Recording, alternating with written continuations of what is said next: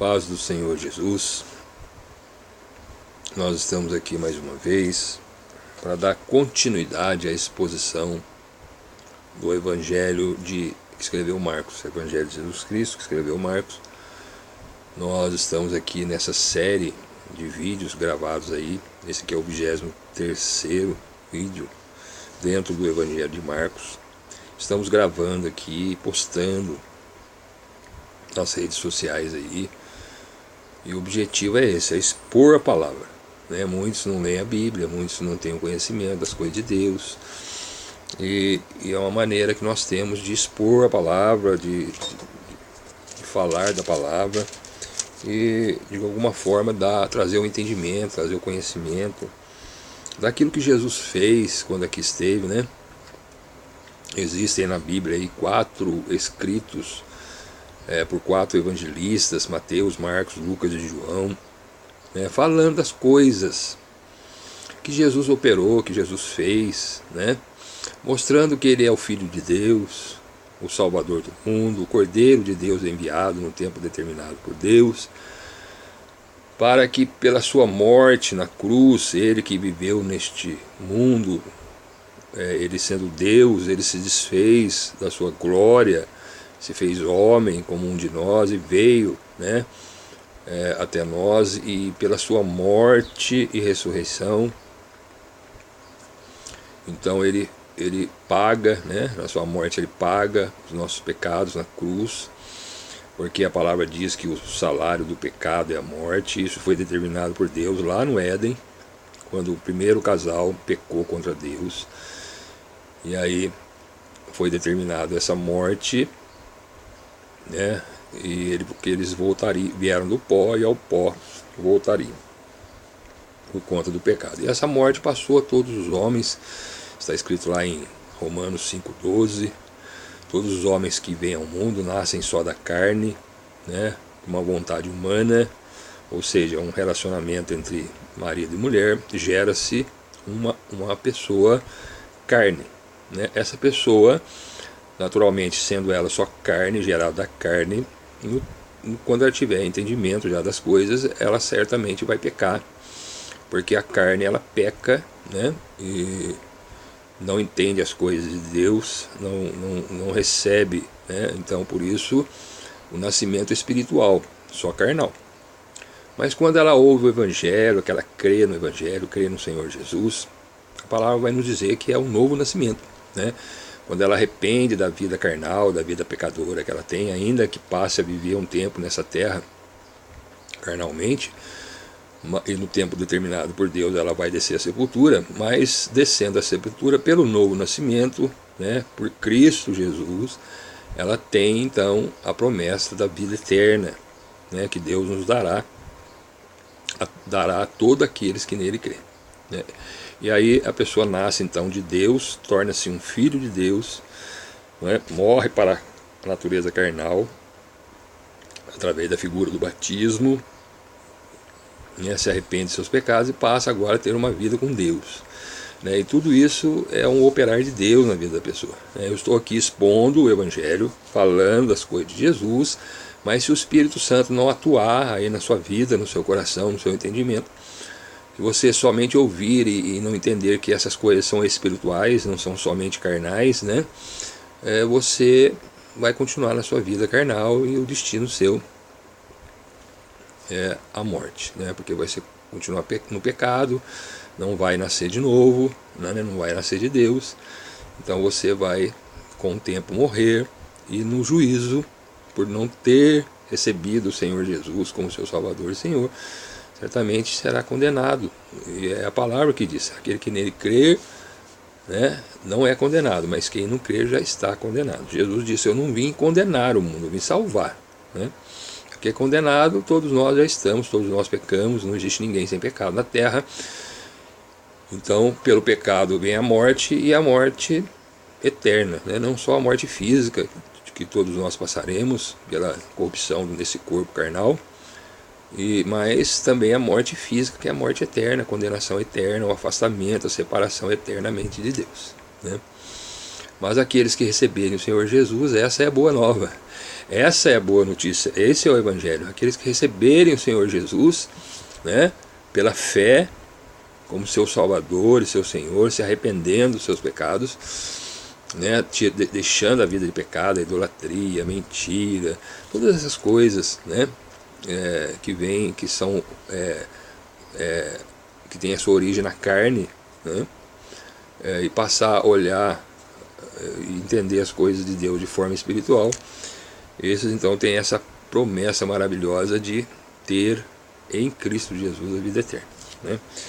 Então nós falamos aqui a última vez de uma questão que Jesus ali colocou, né, no capítulo 7 que escreveu Marcos, que Jesus foi questionado pelos fariseus, os religiosos da época de Jesus, sobre questões, sobre tradições que os seus discípulos não estavam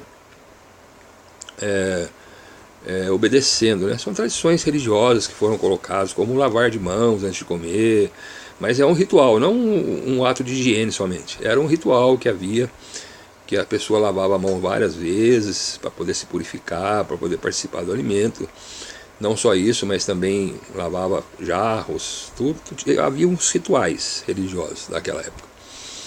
E os discípulos chegaram e não praticaram aqueles rituais e foram questionados pelos fariseus, e Jesus explicou, né, a eles que não é o que entra, não é o que vem de fora, não é o que está, né, a falta de cumprir alguma coisa ritual que contamina o homem, não, é o que está no coração do homem, né? Falando a respeito do pecado, porque o pecado, irmãos, ele, antes de ser consumado no ato prático, né, primeiro ele nasce no coração. Por exemplo, a pessoa que adultera, né, ela já tem esse desejo de adulterar no seu coração. Nasce, esse adultério já está no coração. Então quando ela vê uma situação propícia, aí ela, aquele desejo que já está, o pecado que já está no coração dela, que é o adultério, né, que é um desejo carnal de adulterar, ela então vai se concretizar naquele ato, naquela oportunidade que ele achou ali para poder cometer esse pecado, né? E aí o pecado é consumado, e sendo consumado, ele traz a morte, né? A nossa vida carnal é assim. Então a carne sempre cobiça, né, contra o espírito. Ela sempre vai fazer as coisas da carne. Então a mentira, a inveja, o orgulho, todo tipo de pecado, todo tipo de sentimento, né, de divisão, enfim, tudo isso é carnal, né? E quando nós recebemos o Senhor Jesus como nosso Salvador e Senhor, Ele envia a nós o Espírito Santo, e pelo Espírito Santo nós mortificamos essas coisas da carne, passamos a ter uma vida com Deus, né? O pecado já não tem mais domínio sobre nós, né? Enquanto nós vivermos na carne, nós somos dominados pelo pecado, somos servos do pecado, escravos do pecado. Mas uma vez que recebemos o Senhor Jesus, né, Ele nos liberta dessa escravidão do pecado, perdoa todos os nossos pecados cometidos até então, e aí nós passamos a ter uma nova vida sem pecado, não por nós, não pela nossa carne, não pela nossa vontade, mas pelo Espírito Santo que habita em nós, né? Esse é o grande amor de Deus para conosco, de não somente nos salvar, mas nos sustentar, né, pelo poder do seu Santo Espírito, separados, apartados do pecado. Erramos às vezes, né? Nunca mais vou pecar? Não, pecamos sim, né? Ainda estamos, essa natureza carnal, nós vamos mortificando ela, mas ainda está presente em nós. Por vezes tropeçamos, pecamos, falamos, mas aí o Espírito Santo que está em nós, ele já vem e já aponta para nós que nós estamos errados, e nós então reconhecemos isso e pedimos perdão, reconsideramos as nossas atitudes, né? Reconhecemos que pecamos, erramos, e aí Deus, pelo seu grande amor, Ele vai continuar nos perdoando até, né, a nossa saída dessa terra. Então o Evangelho de Marcos, ele aparece aqui vários sinais. E para que são os sinais que Jesus fazia? Tem uma palavra aqui, antes de nós falarmos a partir de Marcos 7, 24, que é o próximo texto que nós vamos ler. Nós vamos ver aqui em João tem um texto em que, no final do livro de João, e por que Jesus então fazia esses sinais? Havia um propósito. Jesus não fazia sinais, maravilhas, milagres a troco de nada, né? Só para aparecer, para dizer que ele faz milagres. Não, existia um propósito. Qual é o propósito? Está revelado para nós aqui em João 20, verso 30 até verso 31. João deixa escrito assim: Jesus, pois, operou também, verso 30, em presença de seus discípulos, muitos outros sinais, ou seja, muitos outros milagres, que não estão escritas neste livro. Não estão escritos, né? Os milagres, vários milagres que Jesus fez ainda não foi escrito nesse livro. Estes, porém, estes milagres que estão registrados aqui, que nós vamos ver lá no livro de que escreveu Marcos, 2 grandes milagres que Jesus fez. Estes, porém, foram escritos para que creiais que Jesus é o Cristo, o Messias, o Salvador que viria, prometido, né, desde o princípio do mundo. Jesus, esse que filho de Maria, né, que apareceu aqui, né, entre nós, para que você creiais que esse Jesus é o Cristo, o Filho de Deus, e para que, crendo, tenhais vida em seu nome. Então, os sinais, irmãos, Jesus ensinava, Jesus falava, né, Jesus anunciava o Evangelho, anunciava as coisas de Deus, e também fazia os milagres. Os milagres eram para testificar isso, que ele era o Cristo, aquele Cristo prometido, Messias, desde a fundação do mundo, né, aos judeus, o povo que Deus escolheu na terra, né, os israelitas. Então, está falando, olha, esses sinais é para que você creia nele. E se você crer, você vai ter vida em Jesus, porque a vida está em Jesus. Fora de Jesus não há vida eterna, é uma vida só carnal, é o que eu estou dizendo aqui, é uma vida carnal que você vai passar a viver nessa terra por 60, 50, 60, 70, 80, 90, né? Mas acabou, morreu, acabou, a carne vai para o pó. Mas se você tiver Cristo, se você estiver em Jesus, você tem a garantia, né, de Deus, né, pelo Espírito Santo que Ele nos concede, que você tem a vida eterna, né? Aqui mesmo em João capítulo 21, no último verso, diz assim, João deixou escrito: há porém ainda muitas outras coisas que Jesus fez, e se cada uma das quais fosse escrita, cuido que nem ainda o mundo todo poderia conter os livros que se escrevessem. Olha só. Então, além desses que estão escritos, dessas coisas que Jesus fez aqui, que aparecem aqui, existem ainda muitas outras coisas, que se forem escritos, tudo que Jesus fez, você pode pegar o livro, de tudo quanto é livro não vai caber, de tudo que Jesus fez e realizou 3 anos e pouco que Ele esteve aqui como carne entre nós. E Jesus vai dizer que Ele trabalha até hoje, desde a fundação do mundo. Então veja quantas maravilhas, né, Deus tem operado entre nós, né? Aqui nós estamos falando mais precisamente no tempo que Jesus se fez carne e habitou entre nós. São 3 anos, ou melhor, 33 anos, né, 3 anos de ministério, quando Jesus começou o seu ministério aqui na terra, de curar, ensinar, pregar, anunciar salvação nele. Foram 3 anos e pouco até ele morrer. Mas a vida dele foram 33 anos desde o seu nascimento. Mas de efetivo ministério foram 3 anos que ele efetuou aqui, onde está registrado aqui os escritos que nós estamos vendo. Amém? Então, voltando agora para Marcos, partindo então do verso 24 do capítulo 7, que nós fomos no último vídeo até o 23, vai falar a respeito de uma libertação que Jesus operou. Vamos tentar acabar esse capítulo 7 aqui com esses 2 milagres que são apontados aqui. Vamos ler o texto, verso 24, capítulo 7. E levantando-se dali, aonde Jesus estava ali, conversando ali com os fariseus, no último vídeo nós vimos isso, foi para os termos de Tiro e de Sidom. E entrando numa casa, não queria que alguém o soubesse, mas não pôde esconder-se. Jesus, irmão, não estava preocupado com multidão, não. Jesus, ele está preocupado com pessoas sinceras, que creem nele, né? Então aqueles que crerem vão ser salvos, aquele que não crê está condenado. Então quem é que precisa de quem aqui? É nós que precisamos de Jesus. Então Jesus, irmãos, embora ele nos ame, ele não força nada, ele não quer nada. Pode ver que aqui ele fala, eu não queria que alguém soubesse que ele estava ali, mas não pode se esconder-se. Por quê? Porque ele era a luz do mundo. Como é que você vai esconder a luz do mundo, né? Então, aonde Jesus ia, havia sempre uma grande multidão atrás dele, né? Aí no verso 25 diz: porque uma mulher cuja filha tinha um espírito imundo, ou seja, ela estava possuída por esse espírito, ouvindo falar dele, foi e lançou-se aos seus pés.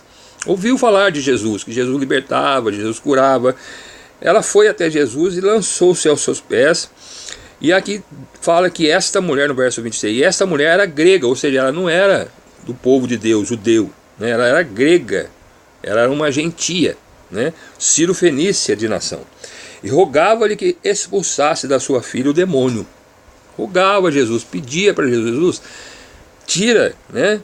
Expulsa esse demônio da minha filha, que ela está endemoniada. Então ela já tinha ouvido falar que Jesus expulsava demônios, né? Por isso que ela foi atrás de Jesus. Verso 27. Mas Jesus disse-lhe: deixa primeiro saciar os filhos, porque não convém tomar o pão dos filhos e lançá-los aos cachorrinhos. Ou seja, Jesus veio primeiramente ao povo de Deus, aos judeus, né? Que Deus apartou da terra lá do tempo de Abraão, chamou Abraão, né? E através de Abraão ele fez esse povo. E esse povo era chamado filhos de Deus, porque foi Deus que formou este povo, né? E Jesus veio primeiramente a estes. Por isso que essa mulher, sendo grega, Ciro-fenícia, Jesus falou assim: olha, não convém. Primeiro eu tenho que cuidar dos filhos. Eu vou saciar os filhos primeiro, né, do reino, que era o povo judeu. Porque não convém tomar o pão dos filhos e lançá-los aos cachorrinhos.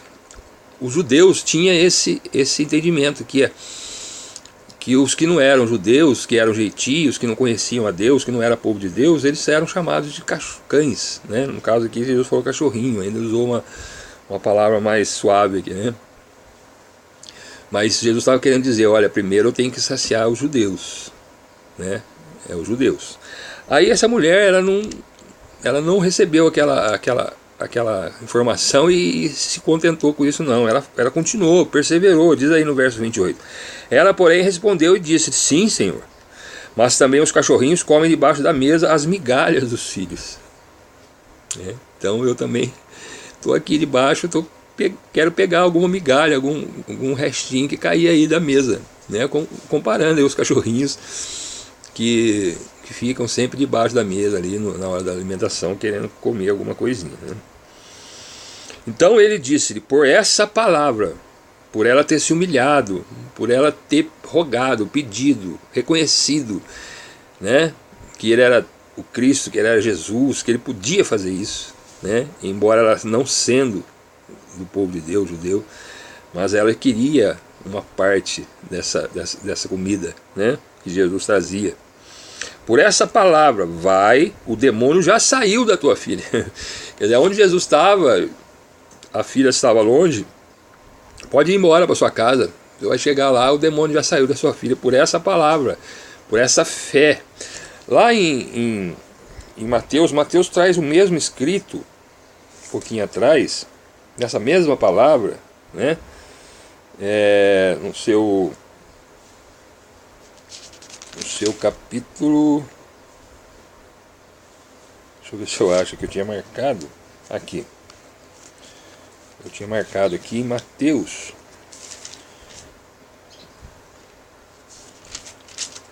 a mulher cananeia, né?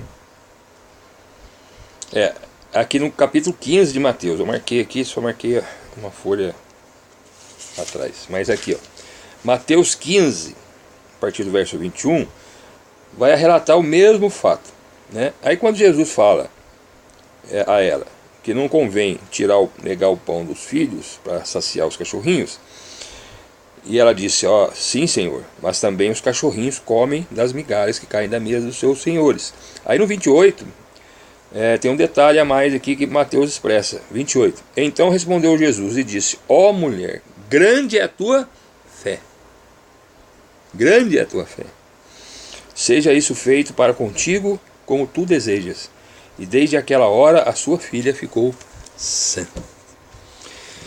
Então aqui, irmãos, Mateus mostra a grande fé que Jesus achou naquela mulher.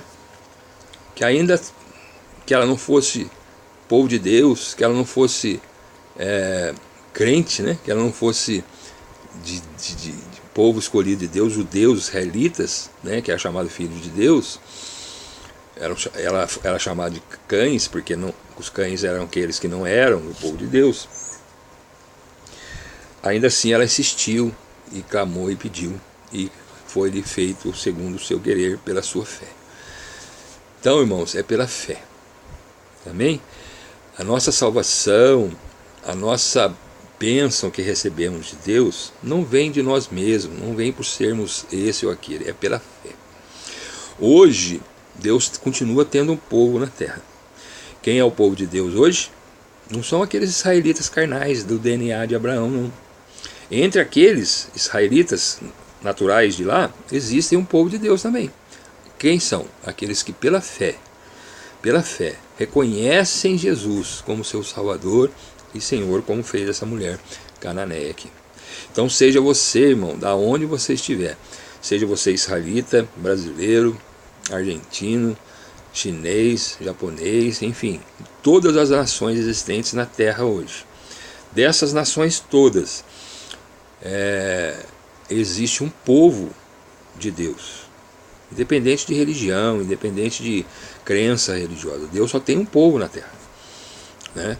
E esse povo é aqueles que têm fé em Cristo Jesus, o Cristo, o Filho de Deus, que tira o pecado do mundo, que veio, se fez carne, o Cordeiro de Deus, né? Estes são o povo de Deus, se arrependem dos seus pecados, né? Se convertem a Deus, procuram viver uma vida que agrade a Deus, ainda que por vezes erramos, mas o Senhor nos entende, nos compreende, conhece as nossas fraquezas, e Ele vê o nosso coração sincero diante dEle, e a nossa fé, e Ele vai conceder aos desejos, que é o desejo maior de nós estarmos um dia eternamente com Deus, conforme essa mulher aqui, e também ficar livre de demônios, né? Tem muitos endemoniados aí, que são dominados aí pelo demônio, pelo pecado, pela carne, né? Pelo mundo, pelas coisas do mundo, mas em Cristo Jesus nós deixamos, Ele nos livra de tudo isso, né? E nos dá a vida eterna, como aconteceu com essa mulher cananeia aqui. Então precisamos entender isso. Deus tem um povo na terra. Esse povo é aquele que tem fé em Cristo, somente em Jesus, o único Salvador e Senhor. Se a sua fé estiver numa instituição religiosa, numa religião criada por homens aqui na terra, né? Tem gente que fala assim, só quem for católico que é salvo, só quem for evangélico que é salvo, só quem for espírita que é... Não, você tem que ter fé em Jesus. Você não tem que ter uma religião, você pode até ter, mas a sua religião, ela tem que pregar Jesus, que é o Salvador. É Jesus que salva, é Jesus que liberta, é Jesus que morreu na cruz para o perdão do pecado, é Ele que ressuscitou, é Ele que vai vir buscar o povo dele, é dele. A igreja é dele, é de Jesus, não é de Pedro, não é de Maria, não é do pastor tal, do padre tal, do papa tal, não. A igreja que Jesus vem buscar é a igreja que Ele fundou, que está fundada nele. E a fé tem que estar nele. Se assim você fizer, você faz parte do povo de Deus. Entendamos isso. Quem mora no Brasil é brasileiro. Quem mora na Argentina é argentino. Quem mora no Japão é japonês. Não é assim? Por quê? Porque você nasceu naquele país. Então você tem a natureza, você pode até morar em outro lugar, mas o natural seu, você é daquele país. Não é? Assim é o cristão. Tá certo? Então, quem está em Cristo, ou seja, quem está firmado em Cristo, é cristão, é filho de Deus. Se você sua fé estiver em outro lugar que não Cristo, ou dividida, né? Vamos dividir aqui um pouquinho para Jesus, um pouquinho para Maria, um pouquinho para Antônio, um pouquinho para João, um pouquinho para a nossa fé, que salva, que nos faz filho de Deus, é a fé em Cristo Jesus. Amém? Essa mulher então recebeu essa bênção aí da parte do Senhor na vida dela. Agora, Jesus, depois que fez isso, a leitura vai continuar, e vamos tentar ler aqui, e diz assim, a partir do verso 31. E ele, tornando a sair dos termos de Tiro e Sidom, onde ela estava, e foi para o mar da Galileia, pelos confins de Decápolis. Então, Jesus andava muito por toda aquela região, pregando, ensinando, curando, libertando demônios, enfim, fazendo a obra. E ele saiu dali e foi para Decápolis, na região do mar da Galileia. E trouxeram-lhe um surdo que falava dificilmente, e rogaram-lhe que pusesse a mão sobre ele.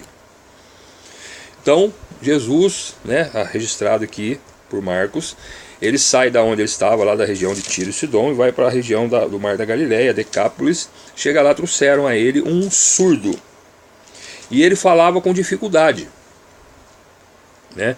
E trouxeram a Jesus para que Jesus curasse, né? Aí diz aí no verso 33, e tirando-o à parte, aí Jesus pegou ele à parte de entre a multidão, meteu-lhe os dedos no ouvido e, cuspindo, tocou-lhe na língua. Um procedimento aqui que Jesus resolveu fazer, né? Jesus, ele sabe como é que tem que fazer, né? Para nós parece estranho, mas Jesus fez assim. Verso 34, e levantando os olhos ao céu, suspirou e disse, Efatá, isto é, abre-te. Essa palavra efata, significa abre-te. Ele levantou as mãos, os olhos aos céus, quer dizer, ou seja, ele pediu para Deus. É Deus que tem o poder de fazer todas as coisas. Ele operava através do homem Jesus, né, que se fez o homem, estava aqui, mas Deus estava com ele, operando na vida dele. Ele era 100% homem, mas 100% Deus, né? Abra-te. E aí o que aconteceu? Verso 35, e logo se abriram os seus ouvidos, e a prisão da língua se desfez, e falava perfeitamente. Passou a ouvir, passou a falar perfeitamente. Um grande milagre que operou na vida daquele homem, né? E ordenou-lhes, aí depois ele falou, ordenou-lhes que a ninguém o dissesse, mas quanto mais lhe proibia, tanto mais se divulgava. É impossível, né? É o que eu falei, a luz que veio ao mundo é impossível de ser escondida, né? Ela está em um alto monte e todos veem, né? Por que Jesus proibia? Jesus não estava querendo fazer propaganda dele aqui. Jesus não tem essa preocupação, como eu disse, de multidões, encher, né? Que nem muitas religiões têm hoje, de encher igrejas, encher religiões e dar glória ao homem, né? Muitos donos das suas igrejas aí, né? Pastores e padres e autoridades religiosas aí, instituídas aí por homens da terra, tem essa preocupação, né, de agregar bastante pessoas à sua religião. Então muitas vezes faz propaganda, né, da sua igreja. A gente vê muito isso hoje, né? O apóstolo fulano de tal, hoje vai ser forte, a oração dele é uma oração forte que Deus responde, enfim. Forte é Jesus, irmão. Forte é Jesus. Nós somos tudo fraco. Nós somos tudo pó e cinza, entendeu? O próprio Jesus falava assim, não fica falando essas coisas não, né? Mas não tem jeito. Quanto mais ele proibia, mais era divulgado o seu nome. E o verso 37, e admirando-se sobremaneira diziam, tudo faz bem, faz ouvir os surdos e falar os mudos. Verso 37. As pessoas se admiravam, né, dos feitos de Jesus, né? Quem pode abrir os olhos, né, abrir os ouvidos de um surdo, fazer o gago ou a pessoa que tem dificuldade em falar perfeitamente, né? A restauração completa sobre as nossas vidas é só Jesus, é só Deus por meio de Cristo Jesus, amém? Então tudo que nós que hoje estamos em Cristo pela graça e misericórdia de Deus, né? E Deus às vezes nos usa na terra como instrumento dele para pregar o evangelho, e porventura fizer algum milagre, né? Porque tem os dons de milagres, está escrito na Bíblia, né? Deus usa alguns para esse fim, de cura, né? De libertação de demônios. Isso tudo, irmãos, se não te for o Espírito Santo. Jesus falou assim uma vez, sem mim nada podeis fazer. Nós não podemos fazer nada se não for o Espírito Santo em nós, né? Se não for um agir do Espírito Santo em nós, amém? Tudo que nós fazemos, tudo que nós operamos, na verdade não somos nós que operamos, é Deus em nós, que vai usar-nos, como usou Jesus na terra, e aqueles que estiverem em Cristo Jesus também Deus vai usar. E esses são chamados de igreja, né? Deus é a igreja de Cristo, não uma entidade religiosa que é chamada de igreja, é a igreja que Cristo fundou, que tem a fé nele, né? Que obedece a sua palavra, que está andando de acordo com a sua palavra. tinha mais um vídeo que eu coloco aí, expondo o Evangelho, capítulo 7, falamos do verso 24 até o verso 37, duas maravilhas que o Senhor Jesus realizou, expulsando o demônio da filha daquela moça, daquela senhora que foi atrás de Jesus, mulher Ciro-fenícia, grega de origem, e também esse homem aqui ali na região de Galileia, da Galileia, onde Jesus foi, era surdo e falava com muita dificuldade. Jesus operou ali um grande milagre, as pessoas se admiravam, e o nome de Jesus foi sendo anunciado, ainda que ele não tenha essa preocupação. Até hoje é isso, muitas pessoas querem, por toda a lei, trazer a pessoa a Jesus. Não, nós pregamos o Evangelho, pregamos a palavra, conforme eu estou fazendo aqui, certo? Quem opera, quem vai tocar no coração das pessoas é o Espírito Santo. A obra é dele, por isso que a glória é dele, tudo é dele, o louvor é dele, a honra é dele, tudo é ele, é Deus. Nós não apenas estamos aqui porque recebemos essa graça de Deus um dia e agora estamos compartilhando com outras pessoas, porque seria um egoísmo da nossa parte guardar essas coisas só para nós. Então por isso nós estamos aqui, recebemos essa ordem da parte de Deus e de pregar o Evangelho a toda criatura, e nós estamos aqui pregando o mesmo Evangelho que Jesus pregou quando aqui esteve, não acrescentando nada e não tirando nada daqui. Amém? Só procurando ter o entendimento correto das coisas de Deus.